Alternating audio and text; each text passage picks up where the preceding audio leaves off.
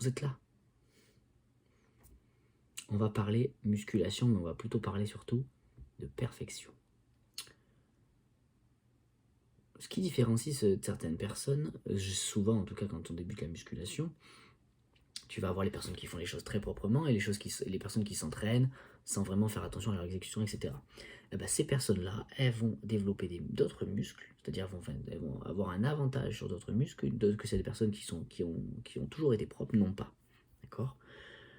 Le bémol, c'est pas vraiment un bémol, mais c'est juste que dans un sens, si tu veux rattraper ton retard, tu as juste à être propre et finalement te concentrer le plus possible sur ton exécution pour éviter de faire intervenir ces muscles-là. Dans l'autre sens, c'est un peu plus compliqué. On va avoir même deux types de personnes. Ça va plutôt rester au niveau des gabarits. On en parlera même tout dans une autre vidéo, je pense. Par exemple, c'est un exemple que j'ai eu avec un client et que j'ai surtout avec beaucoup de clients. Vous verrez qu'au niveau du biceps, d'accord, là vous allez avoir vos biceps et ici vous avez votre brachial, ok. Si vous allez avoir des personnes qui ont le brachial énormément développé, parce que comme j'explique, c'est un muscle globalement de l'avant-bras et qui gère vachement la stabilité au niveau du coude, d'accord. Ce muscle-là va venir travailler, on va dire, un peu plus si je désengage mon biceps et que je travaille sur une flexion en désengageant mon biceps, d'accord. Ici, je suis sur mon biceps, ici, j'enlève l'axe de mon biceps, je reste dans l'axe de mon avant-bras et je travaille beaucoup plus sur mon brachial. Et ben, c'est un peu le même exemple pour pas mal de choses. Sur les épaules, ça va être un peu le même principe.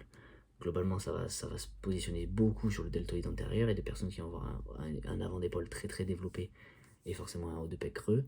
Et c'est un peu le même principe. Pour des personnes qui ont ces retards-là, concentrez-vous plutôt pour faire des mouvements avec des exécutions parfaites. C'est toujours le principal, justement. Pour l'inverse, là, c'est un peu plus compliqué. Ce qu'il va falloir faire, c'est...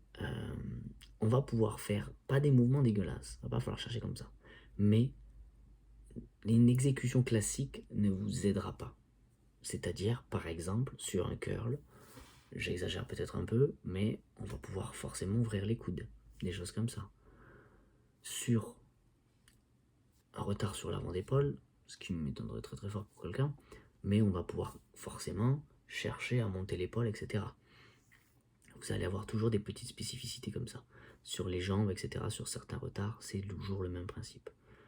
Ne vous dites pas qu'un exercice de musculation est figé.